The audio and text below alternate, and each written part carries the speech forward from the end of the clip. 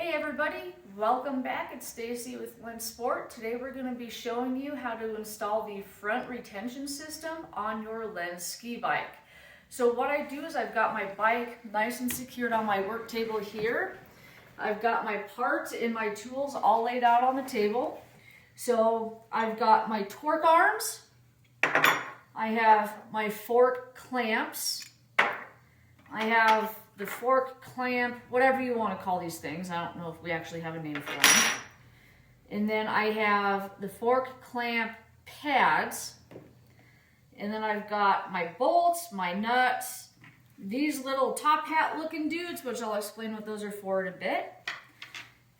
And then I've got my tools. So I've got my driver with my 3mm hex, maybe 4mm hex, sorry about that. Got my ratchet with the long 5mm hex, and then I have my vice grips. Now, the vice grips are going to be used when you go to actually put the clamp together on the bike. When it's closed, 7/8 inch gap is what you're going to want. That's going to make it nice and easy so that when you take these two pieces and you bring them together, it's going to hold it at a nice gap so that you can easily put the nuts and bolts on. Some forks are going to require that you use tape to take up a little bit of extra gap. We do have two different size clamps and two different thicknesses of pads. That's why when you order your retention system, we ask you what fork you're using. It's very important that you are specific on what fork you're using for that reason. So this fork is going to require a little bit of extra thickness. I'll get to that in a minute. So what we want to do is, the first thing that I do is I take my torque arms and I put them on. So you're going to put the arm down with the back side here. You're going to use the longer and bigger of the bolts. And what I do is I just kind of get them finger tight or finger started,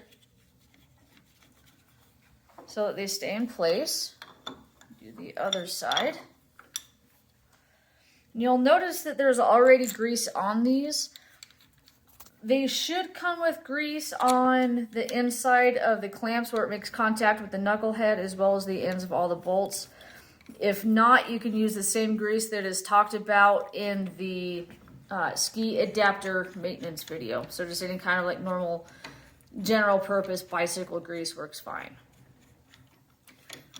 Okay, now for the actual clamp, what you're going to do is you're going to take the pad, and you'll notice that there's a pointy end. This is very important.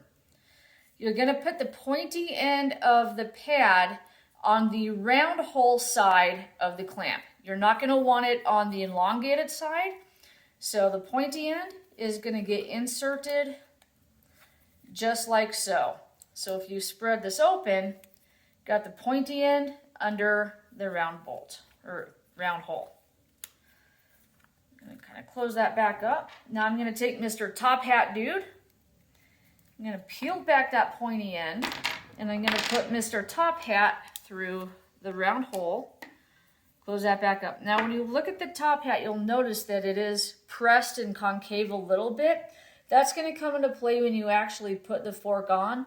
So when you put it in the pad, you'll be able to feel the difference if it's sitting, I don't know if that's showing up on video very well, I hope it is, but it should be sitting nice and flush. So if you feel it and it's kind of cockeyed like that, it's not going to work out very well. So you just want to make sure that Mr. Top Hat, that the curvature is matching the same as the fork.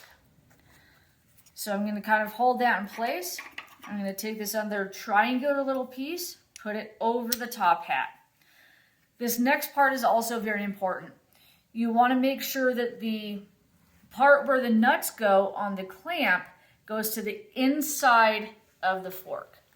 So you're just going to kind of wrap it around. And this part's going to be kind of tricky. If you need to use vice grips or pliers or something to close it, you can.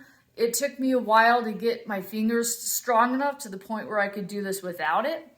So all you're going to do is you're just going to pull this over and clamp it on. So this is a Fox 36. It's pretty nice and easy.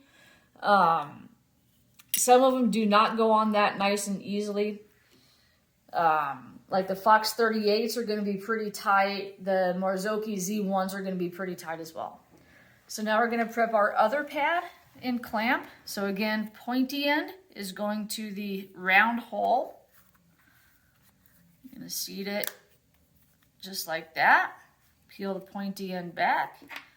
Take Mr. Top Hat, put it through the hole. Oops. Under the pad. Making sure that the curved part, whoops, that happens sometimes. All right, do this again. Put Mr. Top Hat under the pad, making sure that the curved part is nice and flush with the clamp. Put the pad back in place. Take Mr. No Name triangular shaped part. Okay, put this on the fork again. This part of the clamp is going to go to the inside of the fork. So we're just going to kind of wrap it around. And then we're going to kind of push it together into that groove so that it sits. Okay. Now, like I said, this part of this particular fork does require tape to make it a little bit thicker. I prefer gaffer's tape. It's a nice heavy duty cloth tape that's not going to mold. It's not going to fall apart. What I do is I take it and I rip it in half into 2 equal sides, and then I have found that if you measure it out to the lower or to the length of the lower leg on the fork, it's about where it needs to be. So you're going to need 4 pieces, 2 pieces per side. So it doesn't have to be exact. I'm just going to take that and I'm going to, since I've got 1 piece already marked, I'm just going to go ahead and line this up. Rip it again. It's not an exact science. It doesn't have to be perfect. You go ahead and measure it. Close enough. Take this piece over here. I'm going to tear it so that it's even with this piece. Okay. Now what you're going to do is you're going to put the clamp where it needs to go. So all you're going to do is you're going to attach the torque arm. You need to rotate the clamp a little bit. I'm not used to working with it from this side. So you're just going to kind of rotate it if you can. It's being a little stubborn. And you're just going to kind of set it roughly where it needs to go. Okay. We're just going to go ahead and leave that there. So now we're going to take masking tape. I don't have any actual masking tape, so I'm using my nice expensive painting frog tape. You're going to need 2 pieces that are about yay long. Oops. And what you're going to do is you need to mark where the pads sit. So I'm going to put a piece at the top of the pad and another piece at the bottom of the pad. All right, now this is going to drop down again. Now on the Fox 38, the new Fox 38s, on the back side, and actually the 36 has it too, there's a ridge that runs down the back side of the fork. When you put the clamp together, you're going to want to try to put it on below that ridge. On the 36, it's not as crucial. On the 38, you're absolutely going to have to put the clamp together below this little ridge, or you're not going to be able to put it on. Take it from experience. I'll show you what I'm talking about here in a minute. So now what we're going to do is we're going to take Mr. Clamp and coming around here to the back side so you can see it. We're going to take Mr. Vice Grips and we're just going to kind of close it. And hold it in place so it doesn't move. Now we're going to take our tape. We're going to line it up with the inside or bottom of our marking tape. And we're just going to kind of wrap it around. All right, take another piece. Same thing here. And again, all this is doing is taking up the excess space so that the clamp can close to where it needs to. And again, it doesn't have to be perfect.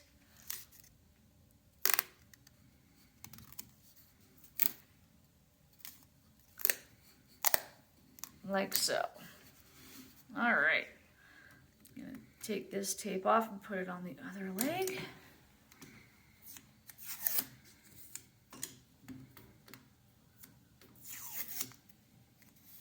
All right, so now what we're gonna do is we're gonna position that clamp.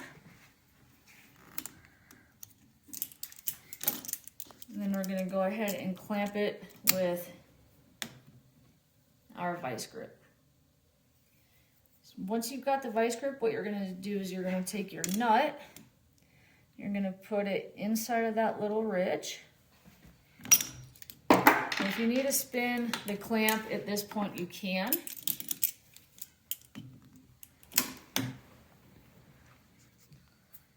Okay, so we're going to take the nut, we're going to line it up with the hole on the back side.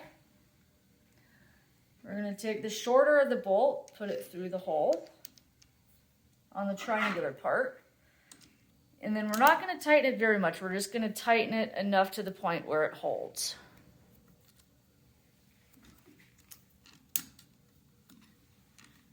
If I can get it to go. Sometimes you need to press in on the bolt just a little bit to get the thread to catch. Okay, it's just caught. So now we're going to do the bottom hole. Line up the hole.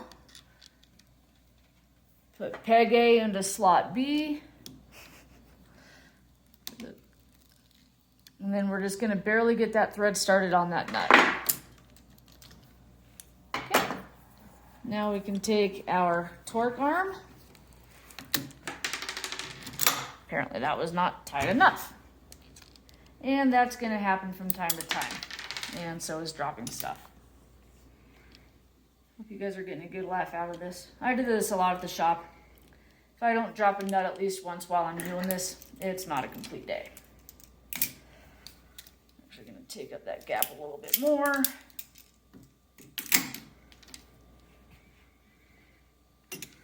In case you're wondering why I have duct tape on my vice grip, it's just so that I don't chew up the paint and the edges of my clamps.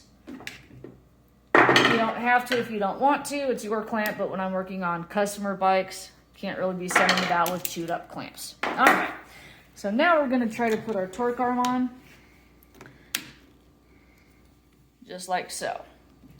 Then we're gonna take our last bolt, which is the short, stubby little dude with the washer, and we're just gonna go ahead and get him kind of started. All right, now we're gonna wash and repeat with this side. We're just gonna get it lined up to where it needs to be. And in case you're wondering what I'm lining up the top hat with the hole on the torque arm. So I'm just gonna take my marking tape, put that at the top, put this down at the bottom, bring this out of the way.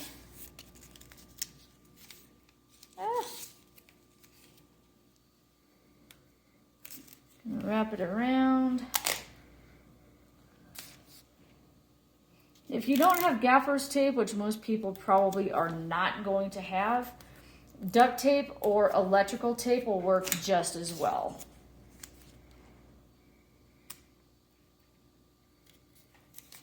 All right, wrap it around. The only forks that I have needed to use the tape with so far are the RockShox Yari, the RockShox 35, and the Fox 36. Nothing else, to my knowledge, needs a band of tape. All right. You'll notice that my pad kind of shifted a lot when I was doing that. That's fine. You can just kind of wiggle it back into place. Lining up the groove with the slot. All right, there we go. Okay, now we're gonna rotate this. We're gonna take vice grips, close up that gap again,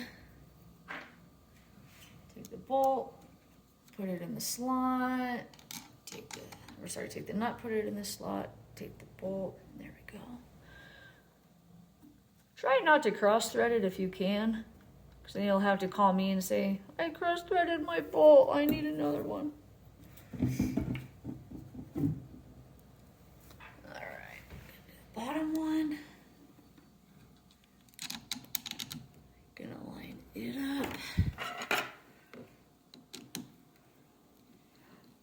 Again, I'm tightening these just enough to the point where they will hold and catch. Yeah, I drop my tools a lot too, in case you're wondering. All right, that one is seated. That one's going a little cockeyed, so I'm just gonna straighten it out. All right, spin it around. I'm gonna put the torque arm on, just like so. Take this little dude with the washer, put him in the hole. Okay. What I do is I just get these guys kind of finger tight. You'll tighten those later. It's really important that when you tighten the clamps, that these two bolts face each other. You don't want them to spew out to the front or to the back. There's not a whole lot of room they can go, but you do want to make sure that they are pointing straight across and at each other. Otherwise, they will not tighten down properly. All right, now what I'm going to do is I'm going to take my driver, which I said was a 4 mil Allen, and I'm just going to go ahead and tighten up the bolts on the back side, alternating top and bottom. Now, on some forks, this pad is going to shift. So you can use channel locks or big pliers or whatever you have to get this pad to slide back over this way. If it starts to pull out, it'll pull out right here. You can take a flat bladed screwdriver and actually shove it underneath there to hold it in place.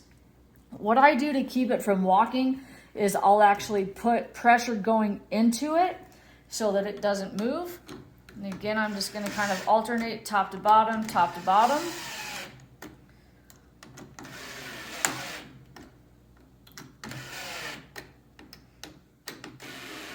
Okay. What you're looking for with the tightness is you don't want to be able to move that clamp with your hands. So I can't move it at all. So what I'm going to do is I'm going to give it just a couple more turns with my wrench so that I've got a decent amount of resistance.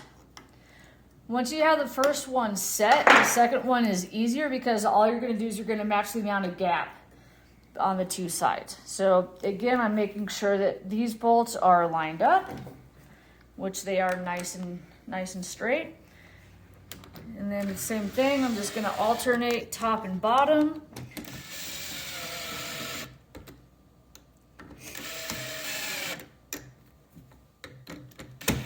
The tighter you go, the more the torque arms and the clamps are going to want to walk forward. So you'll just need to keep applying pressure to make sure that they don't. All right, do a little bit more.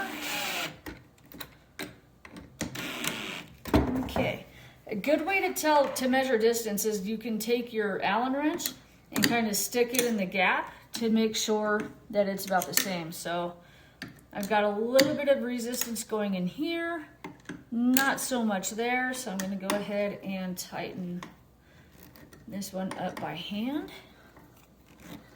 until that gap is right to the ball. Tighten this one up a little bit more so that it matches. Perfect. Into the ball. Sweet. All right, now you're going to take your 5 millimeter. And you'll notice that all of my wrenches are the long T-handle ball end. Trying to do this with a short wrench really sucks. It doesn't work out too well. So you're just going to tighten this up really until it can't go anymore.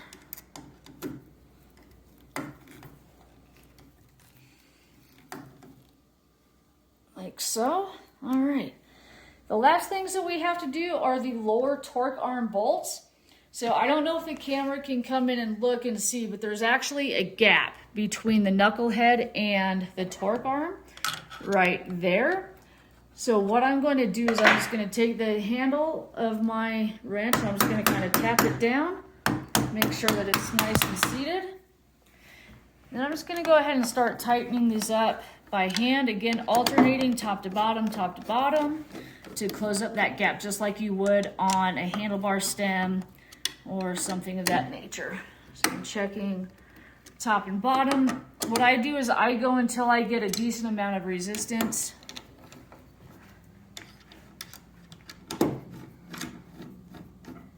Making sure that the gap is about the same top to bottom. All right.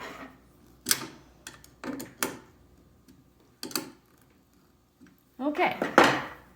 If you have a torque wrench, these lower torque arms are really the only ones you need to torque, and those are to 120 Newton meters. I got my torque set here, but we're not going to use that right now. What we're going to do is we're going to use our crescent, because I know a lot of, or our ratchet, because I know a lot of people don't have the torque. So what you're looking for is you want the gap between the two pieces of the torque arm to be about 1 millimeter in depth. So I've got about 2 millimeters, so I'm just going to tighten them up just a little bit more.